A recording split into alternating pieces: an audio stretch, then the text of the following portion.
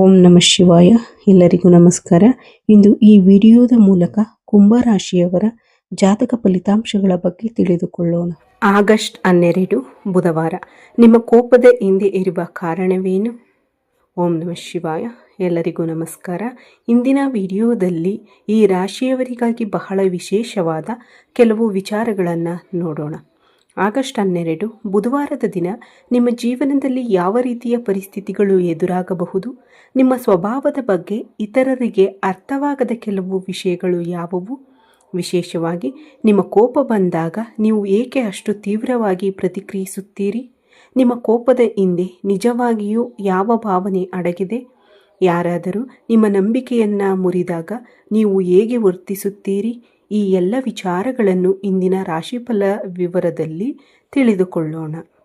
ಅದರ ಜೊತೆಗೆ ಈ ಅಮಾವಾಸ್ಯೆಯ ದಿನದ ವಿಶೇಷತೆ, ಗ್ರಹಣದ ಹಿನ್ನೆಲೆಯಲ್ಲಿನ ಜ್ಯೋತಿಷ್ಯ ನಂಬಿಕೆಗಳು, ನೀವು ತೆಗೆದುಕೊಳ್ಳಬೇಕಾದ ಮುನ್ನೆಚ್ಚರಿಕೆಗಳು, ಯಾವ ದೇವರ ಆರಾಧನೆ ನಿಮಗೆ ಮನಸ್ಸಿನ ನೆಮ್ಮದಿ ನೀಡಬಹುದು ಮತ್ತು ಯಾವ ವಿಷಯಗಳಲ್ಲಿ ವಿಶೇಷವಾಗಿ ಜಾಗರೂಕರಾಗಿರಬೇಕು ಎಂಬುದನ್ನು ತಿಳಿದುಕೊಳ್ಳೋಣ.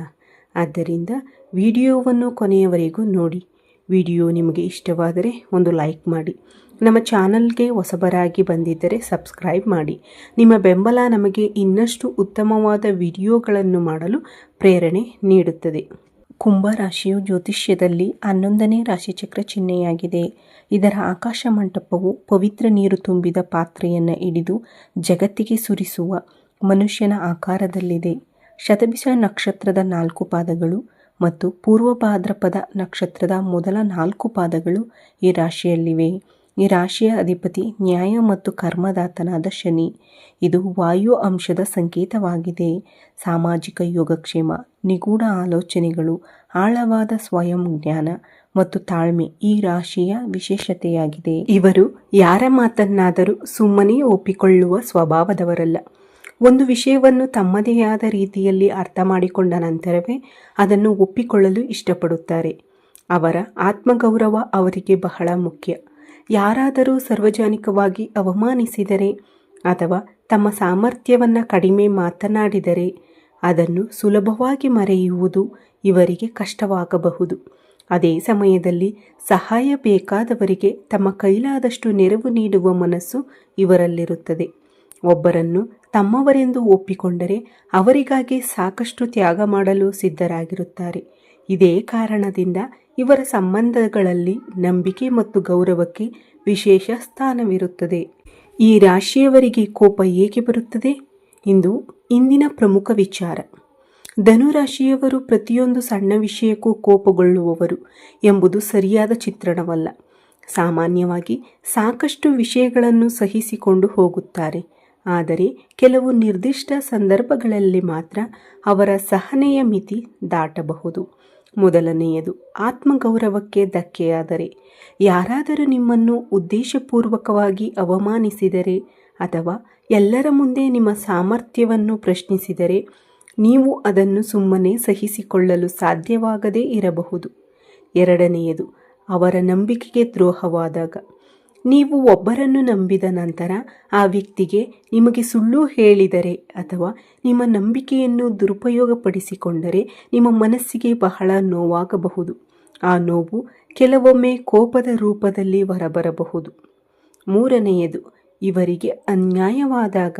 ನಿಮ್ಮ ಮೇಲೆ ಮಾತ್ರವಲ್ಲ, ನೀವು ಪ್ರೀತಿಸುವ ವ್ಯಕ್ತಿಯ ಮೇಲೆ ಅನ್ಯಾಯವಾದರೂ ನೀವು ತೀವ್ರವಾಗಿ ಪ್ರತಿಕ್ರಿಯಿಸುವ ಸಾಧ್ಯತೆ ಇರುತ್ತದೆ. ಇದೇ ಕಾರಣಕ್ಕೆ ಕೆಲವರು ನಿಮ್ಮನ್ನು ತುಂಬ ಕೋಪದ ಸ್ವಭಾವದವರು ಎಂದುಕೊಳ್ಳಬಹುದು. ಆದರೆ ವಾಸ್ತವದಲ್ಲಿ ನಿಮ್ಮ ಕೋಪದ ಹಿಂದೆ ನೋವು, ನಿರಾಶೆ ಅಥವಾ ನಂಬಿಕೆ ಮುರಿದ ಭಾವನೆ ಇರಬಹುದು. ಆಗಸ್ಟ್ 12ರಂದು ಎಚ್ಚರಿಕೆ ಅಗತ್ಯವಿರುವ ವಿಷಯ. ಈ ದಿನ ಕೆಲವು ವಿಚಾರಗಳಲ್ಲಿ ಭಾವನೆಗಿಂತ ವಿವೇಕಕ್ಕೆ ಹೆಚ್ಚಿನ ಮಹತ್ವ ನೀಡುವುದು ಒಳ್ಳೆಯದು. ವಿಶೇಷವಾಗಿ ಹಣಕಾಸಿನ ವ್ಯವಹಾರಗಳಲ್ಲಿ ದಾಖಲೆಗಳನ್ನು ಪರಿಶೀಲಿಸದೆ ಯಾರನ್ನೂ ನಂಬಬೇಡಿ. ವ್ಯಾಪಾರದಲ್ಲಿ ಮಾತಿನ ಮೇಲೆ ಮಾತ್ರ ನಿರ್ಧಾರ ತೆಗೆದುಕೊಳ್ಳುವ ಬದಲು ಅಗತ್ಯ ದಾಖಲೆಗಳನ್ನು ಪರಿಶೀಲಿಸಿ. ಯಾರಾದರೂ ನಿಮಗೆ ಒತ್ತಡ ಹಾಕುತ್ತಿದ್ದರೆ ಎಂದ ತಕ್ಷಣ ಕೋಪದಿಂದ ಪ್ರತಿಕ್ರಿಯಿಸಬೇಡಿ. ಒಮ್ಮೆ ಕೋಪದಲ್ಲಿ ಹೇಳಿದ ಮಾತುಗಳನ್ನು ನಂತರ ಹಿಂತೆಗೆದುಕೊಳ್ಳುವುದು ಕಷ್ಟವಾಗಬಹುದು. ಆದ್ದರಿಂದ ಈ ದಿನ ಒಂದು ಸರಳ ನಿಯಮ ನೆನಪಿಟ್ಟುಕೊಳ್ಳಿ. ಮೊದಲು ಯೋಚಿಸಿ, ನಂತರ ಮಾತನಾಡಿ. ನಿಮ್ಮ ಆಪ್ತರಿಂದಲೇ ನೋವಾಗುವ ಸಾಧ್ಯತೆ ಇದೆ.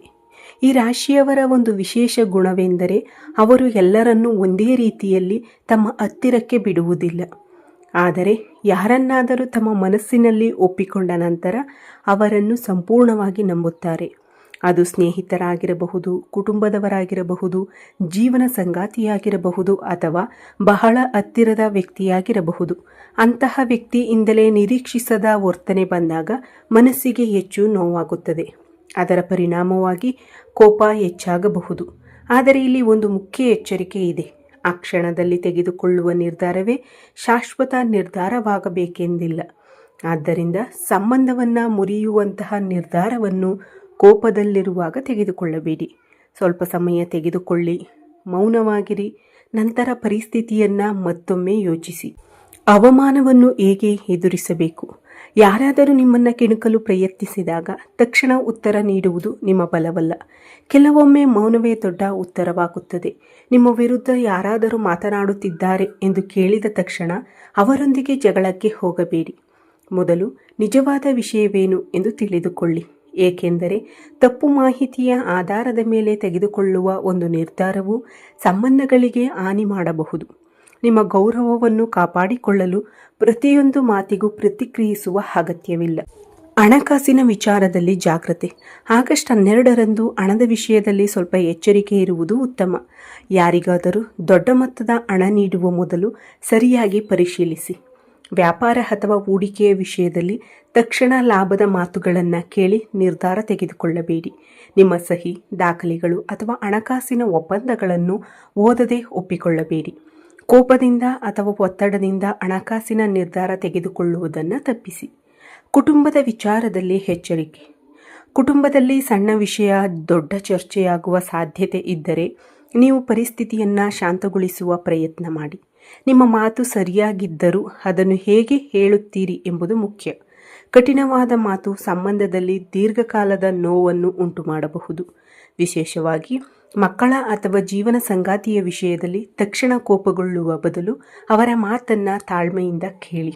ಒಬ್ಬರ ಮಾತನ್ನು ಸಂಪೂರ್ಣವಾಗಿ ಕೇಳಿದ ನಂತರ ನಿರ್ಧಾರ ತೆಗೆದುಕೊಳ್ಳುವುದು ಉತ್ತಮ.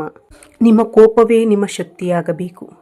ಈ ರಾಶಿಯವರಿಗೆ ನಿಮ್ಮ ಕೋಪವನ್ನು ಸಂಪೂರ್ಣವಾಗಿ ದುರ್ಬಲತೆ ಎಂದುಕೊಳ್ಳಬೇಡಿ. ಸರಿಯಾದ ರೀತಿಯಲ್ಲಿ ನಿಯಂತ್ರಿಸಿದರೆ ಅದೇ ಕೋಪ ನಿಮ್ಮೊಳಗಿನ ಶಕ್ತಿಯಾಗಬಹುದು. ಅನ್ಯಾಯದ ವಿರುದ್ಧ ಧೈರ್ಯವಾಗಿ ನಿಲ್ಲುವ ಸಾಮರ್ಥ್ಯ ನಿಮ್ಮಲ್ಲಿದೆ. ಆದರೆ ಆ ಧೈರ್ಯವನ್ನು ಆವೇಶವಾಗಿ ಬದಲಾಯಿಸಬೇಡಿ. ನಿಮ್ಮ ಮಾತುಗಳಲ್ಲಿ ದೃಢತೆ ಇರಲಿ, ಆದರೆ ಅವಮಾನಿಸುವ ಪದಗಳು ಇರಬಾರದು. ನಿಮ್ಮ ನಿರ್ಧಾರಗಳಲ್ಲಿ ಧೈರ್ಯ ಇರಲಿ, ಆದರೆ ಆತುರ ಇರಬಾರದು. ಆಧ್ಯಾತ್ಮಿಕ ಪರಿಹಾರ. ಈ ದಿನ ಬೆಳಿಗ್ಗೆ ಸಾಧ್ಯವಾದರೆ ಸೂರ್ಯನಿಗೆ ಆರ್ಘ್ಯವನ್ನು ಅರ್ಪಿಸಿ. ನಂತರ ಶಾಂತವಾಗಿ 5 ನಿಮಿಷಗಳ ಧ್ಯಾನ ಮಾಡಿ. ಓಂ ಸೂರ್ಯಾಯ ನಮಃ ಎಂಬ ಮಂತ್ರವನ್ನು ಭಕ್ತಿಯಿಂದ ಜಪಿಸಬೇಕು. ಮನಸ್ಸಿಗೆ ಶಾಂತಿ ನೀಡುವ ಸಲುವಾಗಿ ಶಿವನ ಆರಾಧನೆಯನ್ನು ಮಾಡಬಹುದು. ಓಂ ನಮಃ ಶಿವಾಯ ಎಂಬ ಪಂಚಾಕ್ಷರಿ ಮಂತ್ರವನ್ನು ಜಪಿಸುವುದು ಮನಸ್ಸನ್ನು ಏಕಾಗ್ರಗೊಳಿಸಲು ಸಹಾಯ ಮಾಡುತ್ತದೆ. ನಿಮ್ಮ ಕುಟುಂಬದ ಸಂಪ್ರದಾಯಕ್ಕೆ ಅನುಗುಣವಾಗಿ ಲಕ್ಷ್ಮೀ ದೇವಿಯ ಆರಾಧನೆಯನ್ನು ಮಾಡಬಹುದು. ಸಾಧ್ಯವಾದರೆ ಹತ್ತಿರದ ದೇವಸ್ಥಾನಕ್ಕೆ ಭೇಟಿ ನೀಡಿ ದೇವರ ದರ್ಶನ ಪಡೆಯಿರಿ. ಇವೆಲ್ಲವೂ ಆಧ್ಯಾತ್ಮಿಕ ನಂಬಿಕೆಗಳ ಭಾಗವಾಗಿದ್ದು ನಿಮ್ಮ ಮನಸ್ಸಿಗೆ ನೆಮ್ಮದಿ ಮತ್ತು ಧೈರ್ಯ ನೀಡುವ ರೀತಿಯಲ್ಲಿ ಆಚರಿಸಬಹುದು. ಅಮಾವಾಸ್ಯೆಯ ದಿನದ ವಿಶೇಷತೆ. ಆಗಸ್ಟ್ 12ರ ಅಮಾವಾಸ್ಯೆಯ ಹಿನ್ನೆಲೆಯಲ್ಲಿ ಜ್ಯೋತಿಷ್ಯ ಮತ್ತು ಆಧ್ಯಾತ್ಮಿಕ ನಂಬಿಕೆಗಳಲ್ಲಿ ಈ ದಿನವನ್ನು ಆತ್ಮಪರಿಶೀಲನೆ ಮತ್ತು ದೇವರ ಸ್ಮರಣೆಗೆ ಸೂಕ್ತ ದಿನವೆಂದು ಕೆಲವರು ಪರಿಗಣಿಸುತ್ತಾರೆ. ಈ ದಿನ ಅನಗತ್ಯವಾದ ವಿವಾದಗಳಿಂದ ದೂರವಿರಿ. ಮನಸ್ಸನ್ನು ಶಾಂತವಾಗಿಟ್ಟುಕೊಳ್ಳಿ. ದಾನ ಮಾಡಲು ಸಾಧ್ಯವಾದರೆ ನಿಮ್ಮ ಸಾಮರ್ಥ್ಯಕ್ಕೆ ಅನುಗುಣವಾಗಿ ಅಗತ್ಯವಿರುವವರಿಗೆ ಸಹಾಯ ಮಾಡಿ. ಮನೆಯ ಪೂಜಾ ಸ್ಥಳವನ್ನು ಸ್ವಚ್ಛವಾಗಿಟ್ಟುಕೊಳ್ಳಿ. ಆಧ್ಯಾತ್ಮಿಕ ಚಿಂತನೆ, ಪ್ರಾರ್ಥನೆ ಮತ್ತು ಧ್ಯಾನಕ್ಕೆ ಸ್ವಲ್ಪ ಸಮಯ ಮೀಸಲಿಡಿ. ಕೊನೆಯದಾಗಿ ಒಂದು ಮುಖ್ಯ ಸಂದೇಶ.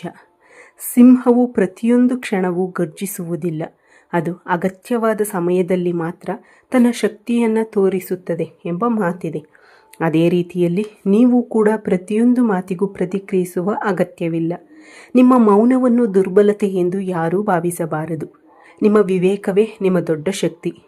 ಕೋಪದ ಕ್ಷಣದಲ್ಲಿ ತೆಗೆದುಕೊಳ್ಳುವ ಒಂದು ತಪ್ಪು ನಿರ್ಧಾರವು ವರ್ಷಗಳ ಪರಿಶ್ರಮಕ್ಕೆ ಹಾನಿ ಮಾಡಬಹುದು. ಆದರೆ ಅದೇ ಕ್ಷಣದಲ್ಲಿ ನೀವು ನಿಮ್ಮನ್ನು ನಿಯಂತ್ರಿಸಿಕೊಂಡರೆ ಅದೇ ಪರಿಸ್ಥಿತಿ ನಿಮ್ಮ ಪರವಾಗಿಯೂ ಬದಲಾಗಬಹುದು. ಅಂತಿಮ ಫಲ. ಆದ್ದರಿಂದ ಆಗಸ್ಟ್ 12ರಂದು ಈ ರಾಶಿಯವರು ಮುಖ್ಯವಾಗಿ 3 ವಿಷಯಗಳನ್ನು ನೆನಪಿಟ್ಟುಕೊಳ್ಳಬೇಕು. ಮೊದಲನೆಯದು, ಕೋಪದಲ್ಲಿ ನಿರ್ಧಾರ ತೆಗೆದುಕೊಳ್ಳಬಾರದು. ಎರಡನೆಯದು, ಹಣಕಾಸಿನ ವ್ಯವಹಾರಗಳಲ್ಲಿ ಸಂಪೂರ್ಣ ಪರಿಶೀಲನೆ ಮಾಡಬೇಕು. ಮೂರನೆಯದು, ಸಂಬಂಧಗಳಲ್ಲಿ ಮಾತಿಗಿಂತ ಅರ್ಥ ಮಾಡಿಕೊಳ್ಳುವಿಕೆಗೆ ಆದ್ಯತೆ ನೀಡಬೇಕು. ನಿಮ್ಮ ಕೋಪವನ್ನು ನೀವು ನಿಯಂತ್ರಿಸಿದರೆ ನಿಮ್ಮ ಮುಂದೆ ಇರುವ ಅನೇಕ ಸಮಸ್ಯೆಗಳನ್ನು ಸಹ ಸುಲಭವಾಗಿ ದಾಟಬಹುದು. ನಿಮ್ಮ ಆತ್ಮಗೌರವವನ್ನು ಕಾಪಾಡಿಕೊಳ್ಳಿ, ಆದರೆ ಅದಕ್ಕಾಗಿ ನಿಮ್ಮ ಮನಸ್ಸಿನ ಶಾಂತಿಯನ್ನು ಕಳೆದುಕೊಳ್ಳಬೇಡಿ. ನಿಮ್ಮ ಶಕ್ತಿ ನಿಮ್ಮ ಧೈರ್ಯದಲ್ಲಿ ಮಾತ್ರವಲ್ಲ, ನಿಮ್ಮನ್ನು ನೀವು ನಿಯಂತ್ರಿಸಿಕೊಳ್ಳುವ ಸಾಮರ್ಥ್ಯದಲ್ಲಿಯೂ ಇದೆ. ಈ ರಾಶಿಯವರು ನಿಮ್ಮ ಜೀವನದಲ್ಲಿ ಉತ್ತಮವಾದ ದಿನಗಳು ಬರಲಿ ಎಂದು ಹಾರೈಸುತ್ತೇನೆ. ಶಿವನ ಕೃಪೆ ಮತ್ತು ಲಕ್ಷ್ಮೀದೇವಿಯ ಆಶೀರ್ವಾದ ನಿಮ್ಮ ಕುಟುಂಬದ ಮೇಲೆ ಸದಾ ಇರಲಿ. ಓಂ ನಮಃ ಶಿವಾಯ. ವಿಡಿಯೋ ನಿಮಗೆ ಇಷ್ಟವಾದರೆ ಲೈಕ್ ಮಾಡಿ, ನಿಮ್ಮ ಸ್ನೇಹಿತರು ಮತ್ತು ಕುಟುಂಬದವರೊಂದಿಗೆ ಹಂಚಿಕೊಳ್ಳಿ. ಹೊಸ ವಿಡಿಯೋಗಳಿಗಾಗಿ ನಮ್ಮ ಚಾನಲನ್ನು ಸಬ್ಸ್ಕ್ರೈಬ್ ಮಾಡಿಕೊಳ್ಳಿ. ಈ ವಿಡಿಯೋ ವೀಕ್ಷಿಸಿದ ನನ್ನ ಎಲ್ಲ ವೀಕ್ಷಕ ಬಂಧುಗಳಿಗೂ ಧನ್ಯವಾದಗಳು. ಎಲ್ಲರಿಗೂ ಶುಭವಾಗಲಿ. ಜೈ ಶ್ರೀರಾಮ್. ಹರ ಹರ ಮಹಾದೇವ್. ಜೈ ಶ್ರೀ ಕೃಷ್ಣ.